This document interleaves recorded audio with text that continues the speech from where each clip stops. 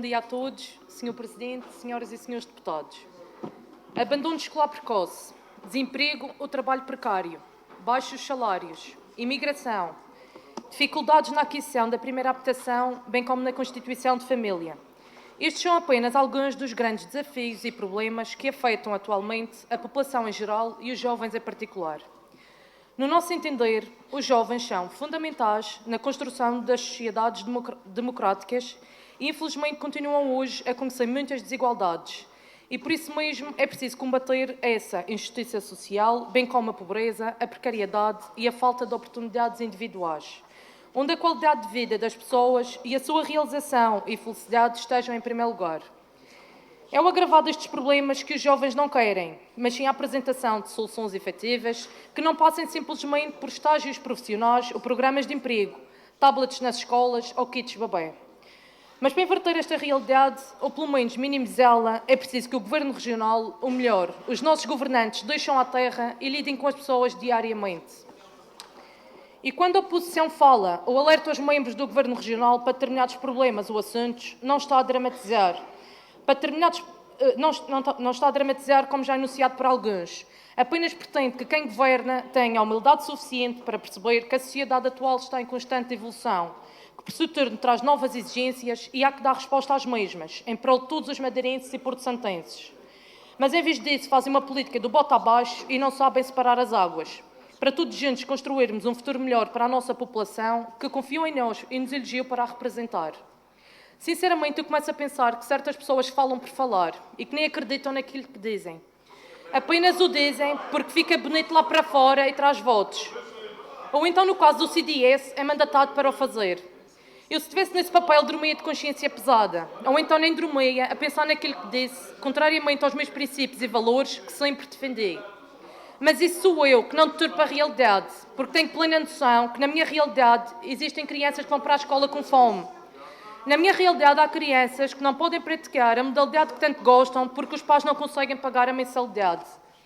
Na minha realidade há abandono escolar precoce. Na minha realidade há desemprego.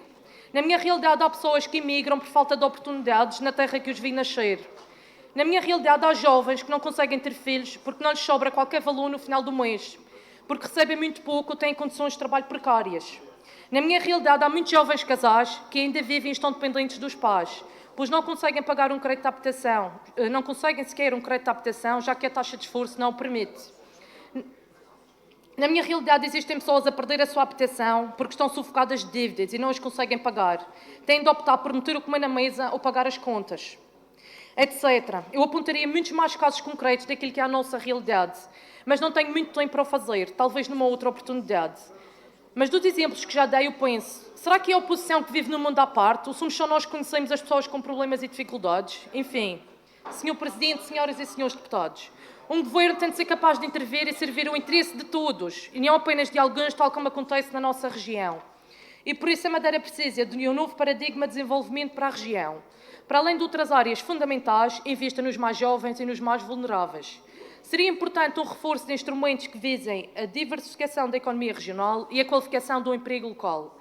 E já que muitos fizeram o trabalho de casa e leram com atenção o programa eleitoral do Partido Socialista, devem ter reparado que consideramos fundamental para a política regional uma verdadeira mudança para a região, com uma nova geração de políticas públicas regionais, com reformas estruturais e medidas concretas, pois só assim é possível crescer a nível económico e social, promover a sustentabilidade do território, fixar jovens e famílias na região, permitindo assim oferecer a todos um futuro condigno. Apenas lamento que da leitura atenta ao nosso programa não tenham tirado ideias em prol desse futuro melhor. Pois, no nosso entender, conforme já o defendemos várias vezes, é fundamental uma ligação umbilical da educação à economia, bem como à coesão territorial. Uma educação virada para o emprego, que potencia a empregabilidade e o fomento de oportunidades nos jovens.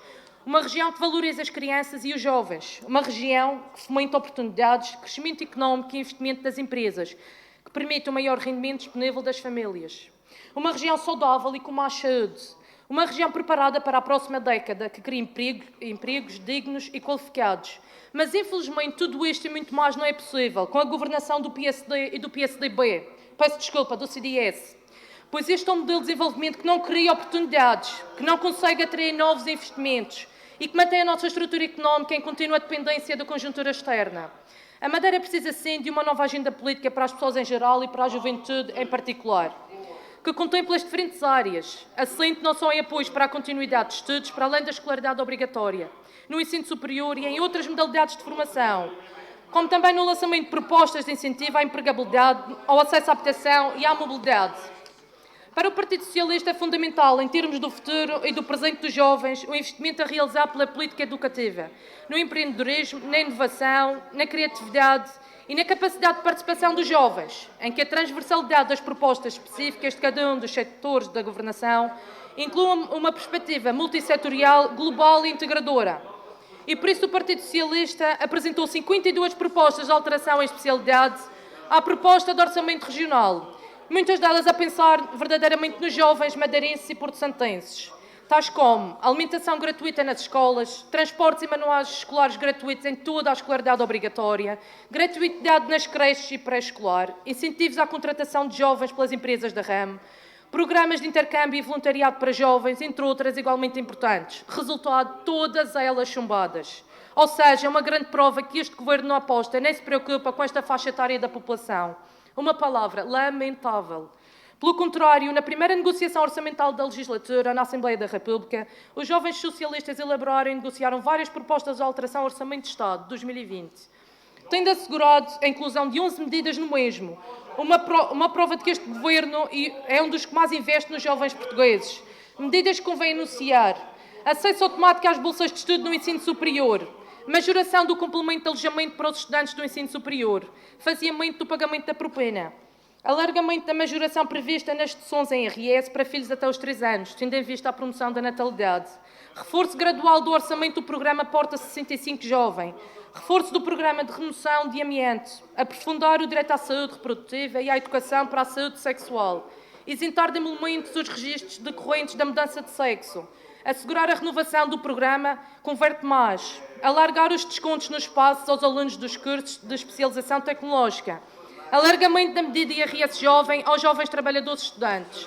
Senhor Presidente, senhoras e senhores deputados, para terminar, os jovens não podem ficar para trás, nem ser prejudicados por um modelo de governação gasto e de tacho.